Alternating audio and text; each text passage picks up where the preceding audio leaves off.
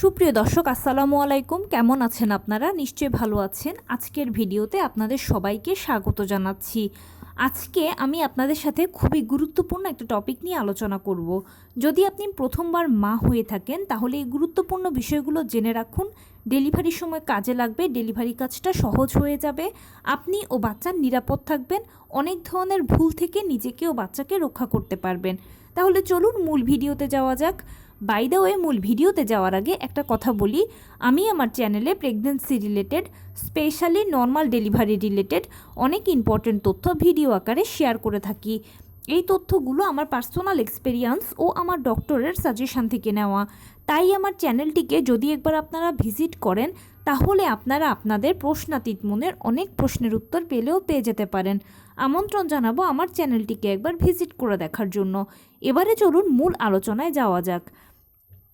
আমি শুরুতেই বলেছি আজকে আলোচনা করব, যদি আপনি প্রথমবার মা হয়ে থাকেন তাহলে আজকের ভিডিওটি আপনার জন্য খুবই গুরুত্বপূর্ণ। আমি অনেকগুলো গুরুত্বপূর্ণ তথ্য এখানে শেয়ার করব যেগুলো আপনার জেনে রাখাটা আবশ্যক। এতে আপনি ও বাচ্চা অনেক ভুলের হাত থেকে নিজেকে ও বাচ্চাকে রক্ষা করতে পারবেন, ডেলিভারি কাজটা সহজ হবে এবং কিছু টেকনিক অ্যাপ্লাই করলে ডেলিভারি পদ্ধতিটাও শর্টকাট হয়ে আসবে। প্রথমবার যারা মা হচ্ছেন তাদের জন্য এটা একটা স্বপ্নের মতো সময়, কেননা আপনি প্রথমবার মাতৃত্বের স্বাদ অনুভব করতে যাচ্ছেন। তার পাশাপাশি অনেক ধরনের ভুলও এই সময় হয়ে থাকে। সাধারণত জানার থেকে অজানা ভুলগুলোই অনেক বেশি হয়ে থাকে। এমনকি কিছু টেকনিক থাকে যেগুলো না জানার কারণে, সময় মতো অ্যাপ্লাই না করার কারণে মা ও বাচ্চা উভয়ই কিছু না কিছু বিপদে পড়তে পারেন। তো আসুন বলছি সেগুলো কি কি। গর্ভাবস্থার প্রথম থেকে অষ্টম মাস বা 8.5 মাস পর্যন্ত আপনার এমন কোনো সমস্যা হবে না। প্রথম দিকে যেটা হয়, প্রথম 3 মাসে খাওয়ার সমস্যা, অরুচিভাব, বমি বমি, সকালবেলা ঘুম থেকে উঠলে বমি বমি লাগা, এগুলো আমরা সবাই জানি, স্বাভাবিক ব্যাপার। সময়ের সাথে সাথে এগুলো চলে যাবে আস্তে আস্তে। এরপরে যখন আপনি সেকেন্ড ট্রাইমেস্টারে পৌঁছবেন, এ সময় আপনার পূর্বের খারাপ লাগাগুলো চলে যাবে, আপনি ঠিকমতো খাওয়া দাওয়া খেতে পারবেন, আস্তে আস্তে আপনার পেট বড় হতে থাকবে, মানে বেবি বাম্প দেখা যাবে। এর পাশাপাশি এ সময় আপনাকে বাচ্চার নড়াচড়াটা গুনতে হবে। সারাদিনে যদি আপনার বাচ্চা 10 বার নড়াচড়া করে তাহলে আলহামদুলিল্লাহ আপনার বাচ্চা সুস্থ আছে, কোনো সমস্যা নেই। এভাবে করে আপনি যখন 9ম মাসে পৌঁছে যাবেন, 9ম মাসটা হচ্ছে ডেলিভারির আদর্শ সময়। 9ম মাসে 37 থেকে 40 সপ্তাহের মধ্যেই কিন্তু ডেলিভারিগুলো হয়ে যায়। কারো 37 সপ্তাহে হয়, কারো 38 সপ্তাহে হয়, কারো 39 সপ্তাহে হয়, কারো বা আবার 40 সপ্তাহে হয়। তাই যখনই 9ম মাসে পড়বেন বা 36 সপ্তাহে পড়বেন তখনই আপনার উচিত সর্বশেষ চেক আপটা করিয়ে ফেলা। লাস্ট চেক আপটা যদি করিয়ে ফেলেন তাহলে দেখা যাবে যে মা ও বাচ্চা উভয়ের কোনো সমস্যা আছে কি না, সব কিছু ঠিক আছে।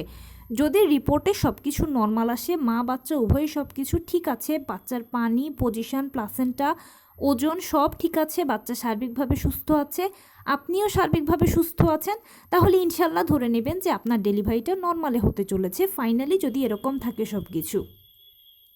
আর যদি কোনো সমস্যা থাকে, যেমন হয়তো বাচ্চা উল্টো পজিশনে আছে, বাচ্চার গলায় নাড়ি পেঁচানো আছে, বা আপনার কোনো সমস্যা দেখা দিয়েছে, যেমন ডায়াবেটিস হতে পারে, হাই ব্লাড প্রেশার হতে পারে, বা অন্য কোনো যদি সমস্যা তৈরি হয় তখন সেক্ষেত্রে সিজারের প্রয়োজন হতে পারে, যেটা আপনাকে ডাক্তার বলে দেবে। কত সপ্তাহে সিজার করাবেন, কত সপ্তাহে সিজার করালে ভালো হবে সেটা ডাক্তারই চেক আপ করে বলে দেবে, যে অমুক দিনের অমুক তারিখে অমুক সময় সিজার হবে, সে মতে কি আপনি সিজারটা করিয়ে ফেলতে পারলেন। কিন্তু নর্মাল ডেলিভারি ক্ষেত্রে যেটা হয় যে এখানে স্পেসিফিক বলা যায় না কার কোন দিন কোন সময় কখন কোন মুহূর্তে ডেলিভারি প্রক্রিয়া শুরু হবে, পেইন আসবে, এমনকি এটা আপনি আলট্রাসোনোগ্রাম করেও জানতে পারবেন না। এটা সম্পূর্ণ উপরওয়ালার নির্দিষ্ট করে রেখেছেন যে কবে কোন দিন কোন সময় আপনার সন্তানকে আপনার কোলে দেবেন। সেই জন্য নর্মাল ডেলিভারি ক্ষেত্রে অপেক্ষা করতে হয়, সময় দিতে হয়, সময় নিতে হয়। নর্মাল ডেলিভারিতে অনেকে বলেন যে আমার প্রচণ্ড ভয় হয়, কষ্ট লাগে। আসলে এখানে ভয় বা কষ্ট যাই বলেন, যদি কিছু থাকে সেটা হচ্ছে এই অপেক্ষা করাটাই। তবে একটা কথা কি, ধৈর্যের ফল সুমিষ্ট হয়, তাই ধৈর্য ধরে অপেক্ষা করতে পারলে ইনশাল্লাহ পরবর্তীতে আপনার ডেলিভারিটা নর্মালে হবে এবং ফাইনালি আপনি সবসময় সারা জীবন সুফল পাবেন। 9ম মাসে আপনি যদি কর্মজীবী হয়ে থাকেন তাহলে ছুটি নিয়ে নেবেন, এবং তার পাশাপাশি গৃহিণী কর্মজীবী যেরকমই হন না কেন আপনার হসপিটাল ব্যাগটাকে গুছিয়ে রাখবেন। কারণ নর্মাল ডেলিভারি কার কখন কোন দিন কোন সময় হয় সেটা তো বলা যায় না। তাই যদি আগে আগে হসপিটাল ব্যাগটা গুছিয়ে রাখেন তাহলে যেটা হবে যে কোনো মুহূর্তে হসপিটালে যাওয়ার প্রয়োজন হলে আপনি ব্যাগটা নিয়ে হসপিটালে চলে যেতে পারবেন। ওই সময় আর আপনার হুড়োহুড়ি হবে না। শারীরিক, মানসিক, আর্থিক সব ধরনের প্রস্তুতি নিয়ে রাখবেন যেন আপনার কোনো ঝামেলা পোহাতে না হয়। একটা খুব গুরুত্বপূর্ণ ইনফরমেশান হচ্ছে, আপনি এমন একটা হসপিটাল চুজ করবেন যেখানে নর্মাল ডেলিভারি এবং সিজার দুটোই আছে। এতে কি হবে, অনেক সময় হয় কি যে নর্মাল ডেলিভারি করাতে গিয়ে যদি কোনো সমস্যা তৈরি হয়, এটা খুব বেশি হয় না, রেয়ার কেস, তবুও যদি কখনো কোনো সমস্যা তৈরি হয় তাহলে পেশেন্টকে সিজারে পাঠানো হয়। এখন এক হসপিটালে নর্মাল ডেলিভারি, এক হসপিটালে যদি সিজার হয় তাহলে আপনাকে নিয়ে টানাহেঁচড়া করতে হবে। ওই সময়টা খুব সেন্সিটিভ একটা সময়। তাই একই হসপিটালে যদি নর্মাল ডেলিভারি ও সিজার থাকে তাহলে এক টেবিল থেকে অন্য টেবিলে পাঠিয়ে দিলে কষ্টটা আপনার কম হবে, সুফলটা আপনারই হবে। যেটা বলছিলাম যে নর্মাল ডেলিভারি নিয়ে আমি অনেক প্রশ্ন পাই প্রতিদিন।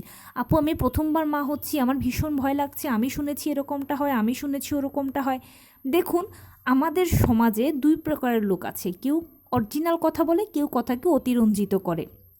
যারা অরিজিনাল কথা বলে তারা তো অরিজিনাল কথাই বলবে, কিন্তু যারা কথাকে অতিরঞ্জিত করে তারাই বলবে যে নর্মাল ডেলিভারি মনে তো কেয়ামতের মতো অবস্থা, প্রচণ্ড ব্যথা, মনে হচ্ছে যেন আমি মরেই যাচ্ছিলাম, কেয়ামতের মতো অবস্থা।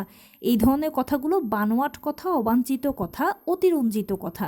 এগুলোর কোনো ভিত্তি নেই, কোনো ভরসা নেই, কোনো কিছুই নেই, কোনো সত্যতা নেই এসব কথার। নর্মাল ডেলিভারির যে প্রক্রিয়াটা, এটা খুব সহজ একটা প্রক্রিয়া, সুন্দর একটা প্রক্রিয়া। যখন এই প্রক্রিয়াটা শুরু হয়ে যায় একবার, তখন একটার পরে একটা ধাপ অটোমেটিক হতে থাকে, এবং আপনি একটা ধাপ বুঝে ওঠার আগে আরেকটা ধাপ শুরু হয়ে যাবে, আরেকটা ধাপ বুঝে ওঠার আগে আরেকটা ধাপ শুরু হয়ে যাবে। তখন এত সহজেই ডেলিভারি হয়ে যাবে, বা আপনি এত সহজে ধাপগুলো পার করতে থাকবেন, ডেলিভারি পরে আপনিই বলবেন যে আমি এর আগে কী যে আজেবাজে চিন্তা করেছি, বা অমুকের কাছ থেকে এটা শুনেছি, এটা তো পুরোই একটা বানোয়াট কথা ছিল, আসলে তো সিচুয়েশানটা এরকমই ছিল না। তাই এই সময়টাতে আপনার সবথেকে বেশি বুদ্ধিমানের কাজ হবে, আপনি নিয়মিত হাঁটাচলা করবেন, টুকটাক কায়িক শ্রম করবেন, পুষ্টিকর খাবার খাবেন, এবং আপনি যেই ধর্মের অনুসারী হন না কেন বেশি বেশি করে উপরওয়ালাকে ডাকবেন। ব্যাস এতটুকু করেই শুধু সময়টাকে পার করবেন। নিজের মনে যেন কোনো টেনশন না আসে, সেই জন্য যেই কাজ করলে ভালো লাগবে ওই কাজ বেশি বেশি করবেন। আদারওয়াইজ আপনার আর কিছুই করতে হবে না। নর্মাল ডেলিভারি একটা প্রাকৃতিক পদ্ধতি, তাই এখানে জোর করে ডাক্তার দিয়ে টানা হেঁচড়া করে কোনো মতেই কিছু সম্ভব নয়। যেহেতু পদ্ধতিটা প্রাকৃতিক, তাই এটা যদি হওয়ার হয় তাহলে আপনা আপনিই হবে, কেউ এটাকে আটকাতে পারবে না। আর যদি না হওয়ার হয় তাহলে কিন্তু হাজার চেষ্টা করলেও হবে না। সেই জন্য এসব ভিত্তিহীন কথাগুলোতে কান না দিয়ে, অযথা ভয় না পেয়ে বেশি বেশি করে উপরওয়ালাকে ডাকবেন, মনে সাহস রাখবেন। আপনি নিজেই নিজের সবচেয়ে বড় ইন্সপিরেশান। আরেকটা কথা মনে রাখবেন যে আপনি প্রথমবার মা হচ্ছেন, কিন্তু তার মানে এই নয় যে প্রথমবারই আপনার নর্মাল ডেলিভারি হতে চলেছে। আপনার আগে হাজার হাজার মানুষ প্রতিদিন নর্মালে বাচ্চা জন্ম দিচ্ছে, হাজার হাজার বাচ্চা মায়ের গর্ভ থেকে নর্মালে পৃথিবীতে প্রতিদিন আসছে। তাহলে এত মা যদি পারে, আপনি কেন পারবেন না? সবার মাঝে এমন কি সুপার পাওয়ার আছে যেটা আপনার মাঝে নেই? আসলে সবাই ভয় পাচ্ছে না, আপনি ভয় পাচ্ছেন, পার্থক্য এতটুকুই। একটা উদাহরণ দেই, ইঞ্জেকশন দেওয়ার আগে আমরা কত কিছু ভাবি, সূচ ফোটানো হবে, আমি ব্যথা পাবো, আমার রক্ত বের হবে, আমার এই হবে, আমার ওই হবে। কিন্তু কি হয় ইঞ্জেকশন দেওয়ার সময়? আমরা অনেকে বুঝতে পারি, অনেকে বুঝতে পারিও না। যারা বুঝতে পারে তারা বলে এই মনে হলো বুঝি একটা পিঁপড়ে কামড় দিল, এই টাইপের। এখানেও পদ্ধতিটা হচ্ছে এরকম, একবার প্রক্রিয়াটা যদি শুরু হয়ে যায় তাহলে আপনি একের পর এক ধাপ হতে থাকবে, শেষ হতে থাকবে, আসতে থাকবে, শেষ হতে থাকবে। আপনি একটা বুঝে ওঠার আগে আরেক বছর আগেই ডেলিভারি হয়ে যাবে। তাই নর্মাল ডেলিভারিতে আসলে যদি কষ্ট বলতে কিছু থাকে সেটা হচ্ছে পেইন আসার জন্য বা ডেলিভারি প্রক্রিয়া শুরু হওয়ার জন্য অপেক্ষা করাটাই কষ্টকর। এটাকে আপনাকে একটু সহ্য করে নিতে হবে, অ্যাডজাস্ট করে নিতে হবে, কারণ সারা জীবন ভালো থাকার জন্য এতটুকু তো ত্যাগ স্বীকার করতেই হবে। নর্মাল ডেলিভারি নিয়ে আরেকটা ভয় হচ্ছে সাইড কাটার ব্যাপারটা। এখানে আপনাকে এনশিওর করতে চাই আমি, সাইড সবার কাটতে প্রয়োজন হয় না। যাদের পেলভিসটা সময় মতো প্রসারিত হতে পারে তাদের সাইড কাটার প্রয়োজন নেই, আর যাদের পেলভিসটা সময় মতো প্রসারিত হয় না তাদের সাইড কাটার প্রয়োজন আছে। ধরুন বাচ্চার মাথাটা হচ্ছে 10 সেন্টিমিটার, এখন আপনার পেলভিসটা যদি 10.5 থেকে 11 সেন্টিমিটার পর্যন্ত প্রশস্ত হয়ে যায় তাহলে তো অটোমেটিক বাচ্চার মাথাটা বের হয়ে আসবে। কিন্তু যদি বা আপনার পেলভিসটা 9 থেকে 9.5 সেন্টিমিটার প্রশস্ত হয়, তখন সেক্ষেত্রে কিন্তু টানাটানি করে যদি বাচ্চার মাথাটা বের করা হয়, তাহলে বাচ্চার ঘাড়ের দুপাশে যে রগগুলো আছে এগুলো ছিঁড়ে যেতে পারে, আপনার বাচ্চা মারা যাবে। আপনি কি এটা কখনো চাইবেন? অবশ্যই নয়, কেউ এটা চাইবে না যে তীরে এসে তরি ডুবুক। তাই যদি একটু সাইডটা অল্প করে কেটে দেওয়া হয়, তাহলে বাচ্চা নিরাপদে বেরিয়ে আসবে এবং আপনার জন্য ভালো হবে। এখানে অনেক সময় হয় কি, যে ধরুন যদি সাইড কাটা না হয়, তাহলে বাচ্চা তো বের হওয়ার জন্য প্রেশার দিচ্ছে, আপনিও প্রেশার দিচ্ছেন। এখন আপনারা উভয়ের মিলিত প্রেশারে জোরে যখন বাচ্চা বেরোবে, তখন আপনার যৌনাঙ্গের অংশটা এবড়োথেবড়োভাবে ছিঁড়ে যাবে, সেটা আপনার জন্য আরও বেশি ক্ষতিকর। এর থেকে একটু সাইড কেটে দিলে সবচেয়ে বেশি ভালো হবে আপনার জন্য, বাচ্চার জন্য। আর সাইড কাটার সময় বা সেলাইয়ের সময় এক ধরনের লিকুইড অ্যানেস্থেসিয়া ব্যবহার করা হয়, যেটা তুলো দিয়ে ঘষে দেওয়া হবে, আপনি একটুও বুঝতে পারবেন না। তাই কোনো কথায় কান না দিয়ে, অযথা ভয় না পেয়ে, টেনশন না করে সবসময় আপনি ধীরস্থির থাকবেন, নিজেকে ধীরস্থির রাখবেন, এটাই বুদ্ধিমানের কাজ হবে। এ সময় টেনশন করাটা কিন্তু একদম ভালো নয়, কারণ টেনশন করলে প্রেশার ওঠানামা করে, আর প্রেশার ওঠানামা করলে গর্ভের ভেতরে বাচ্চা মারা যেতে পারে। সেই জন্য নিজেকে যতটুকু সম্ভব ধীরস্থির রাখবেন, শান্ত রাখবেন, মানসিকভাবে জোর রাখবেন, একদম ঘাবড়াবেন না। আপনি প্রথমবার মা হচ্ছেন, কি হয়েছে? এটা আপনার জন্য অনেক বড় একটা খুশির মুহূর্ত। আপনি কত লাকি একজন ব্যক্তি। পৃথিবীতে অনেক মানুষ আছে যারা হাজার চেষ্টা করেও মা হতে পারছে না। আপনি তাদের থেকে কত ভালো আছেন বলুন? আপনি মা হতে পারছেন, এটাই তো সবথেকে বড় কথা। নিজের সাহস নিজেই সবসময় জোগাবেন, নিজেকে নিজেই সবসময় সাহস দেবেন, ধৈর্য ধরবেন, অপেক্ষা করবেন, ভালো মন্দগুলো ডাক্তারের সাথে শেয়ার করবেন। নর্মাল ডেলিভারির ক্ষেত্রে যেটা হয়, যখন আপনার ডেলিভারি প্রক্রিয়াটা শুরু হয়ে যাবে, মানে ডেলিভারি প্রক্রিয়া তো পিরিয়ড হওয়া দিয়ে শুরু হবে, এটা হচ্ছে প্রথম ধাপ। এরপরে আপনি অপেক্ষা করবেন দ্বিতীয় ধাপের জন্য। দ্বিতীয় ধাপে গিয়ে যেটা হবে, আপনার একটু একটু করে পানি ভাঙবে। এ পর্যায়ে আপনি চাইলে হসপিটালে চলে যেতে পারেন। এতে প্রথম থেকে শেষ পর্যন্ত ডাক্তারদের অবজারভেশনে থাকবেন, আপনার আর বাড়তি টেনশন নিতে হবে না। অনেকে আবার সাহস করে বাসায় থাকতে চায়। যদি বাসায় থাকতে চান, তাহলে বিছানায় শটান শুয়ে থাকবেন, কারণ বেশি পানি ভাঙতে দেওয়া যাবে না। যদি একেবারে ঝরঝর করে প্রস্রাবের মতো পানি ভাঙে বা বেশি পানি ভেঙে যায়, তাহলে গর্ভের ভেতরে বাচ্চা শুকিয়ে মারা যাবে। সেই জন্য বেশি পানি ভাঙতে দেওয়া যাবে না, শটান বিছানায় শুয়ে পড়বেন। তবে যদি দেখেন যে একদম ঝরঝর করে প্রস্রাবের মতো পানি ভাঙা দিয়েই পানি ভাঙা ধাপটা শুরু হয়েছে, তখন সেক্ষেত্রে কিন্তু আপনি অতি দ্রুত হসপিটালে চলে যাবেন। এভাবে দ্বিতীয় ধাপটা পার করার পরে তৃতীয় ধাপে আপনার পেইন আসবে। পেইনটা প্রথমে হালকা থাকবে, এরপরে মাঝারি হবে, এরপরে ভারী হবে। যখনই পেইনটা শুরু হবে, তখন চেষ্টা করবেন একটু গরম গরম কিছু খাবার খেতে। এতে কি হবে, গরম খাবারগুলো পেইনকে দ্রুত বাড়াতে সহায়তা করবে। প্রথম ধাপ থেকে পেইনটা দ্বিতীয় ধাপে মাঝারিতে চলে যাবে তাড়াতাড়ি, আবার মাঝারি ধাপ থেকে দ্রুত পেইনটা বাড়বে, বেশি ধাপে চলে যাবে। আপনারা সবাই জানেন যে পেইন বেশি না হলে তো আর ডেলিভারি হবে না, আর গরম খাবারগুলো পেইনকে দ্রুত বাড়াতে সহায়তা করে। আপনার যখন পুরো পেইন এসে যাবে, মানে যখন বেশি পেইনটা আসবে, তখন তো আপনি ডেলিভারি রুমে পৌঁছে যাবেন। তখন যে কাজটা করবেন, যে পেইনকে বেশি বেশি করে নিচের দিকে রিলিজ করবেন। আমরা যেরকম নিঃশ্বাসটা উপরের দিকে তুলে আর নিচের দিকে ছাড়ি, পেইনটাকেও এরকম নিচের দিকে ছাড়বেন, কোমর থেকে পায়ের দিকে, যৌনাঙ্গের দিকে। এতে কি হবে, অতি দ্রুত আপনার জরায়ু মুখটা 4 সেন্টিমিটার খুলে যাবে।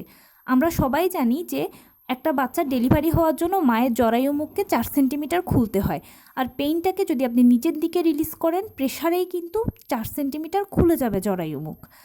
এরপরে যখন জরায়ু মুখ পুরো খুলে যাবে, তখন আপনার জরায়ুর কন্ট্রাকশন শুরু হয়ে যাবে, বাচ্চা ভেতর থেকে চাপ দেবে। ওই মুহূর্তে ডাক্তার আপনাকে চাপ দিতে বলবে। আর চাপ দেওয়ার সময় অবশ্যই আপনি মাথার নিচে একটা বালিশ বা কিছু একটা দিয়ে রাখার চেষ্টা করবেন। দুটো হাতকে কিছুর সাথে মুঠো করে ধরে রাখবেন। এতে কি হবে, আপনি মাথার নিচ থেকে একটা ভালো জোর পাবেন, দুটো হাতের থেকে একটা ভালো জোর পাবেন, ফুল বডি থেকে একটা ভালো জোর পাবেন। আর এই ফলে আপনি 2-3টে চাপ যদি জোরে জোরে দিতে পারেন, তাহলে আপনার বাচ্চা খুব সহজে ডেলিভারি হয়ে যাবে। আপনার পুরো প্রক্রিয়ায় সময়টা অনেক কম লাগবে। তো এই ছিল আজকের ভিডিও। কেমন লাগলো বলুন? যদি ভালো লেগে থাকে ও হেল্পফুল হয়ে থাকে, তাহলে প্লিজ লাইক, কমেন্ট, শেয়ার করতে একদম ভুলবেন না। আর সেই সাথে আমার চ্যানেলটিকে সাবস্ক্রাইব করার বিনীত অনুরোধ রইল। পাশে থাকা বেল আইকনটি ক্লিক করে দেবেন, যেন আমি ভিডিও আপলোড করার সাথে সাথে আপনারা নোটিফিকেশান পেয়ে যান। যদি কোনো প্রশ্ন থাকে কমেন্টসে জানাবেন, আমি রিপ্লাই দেব।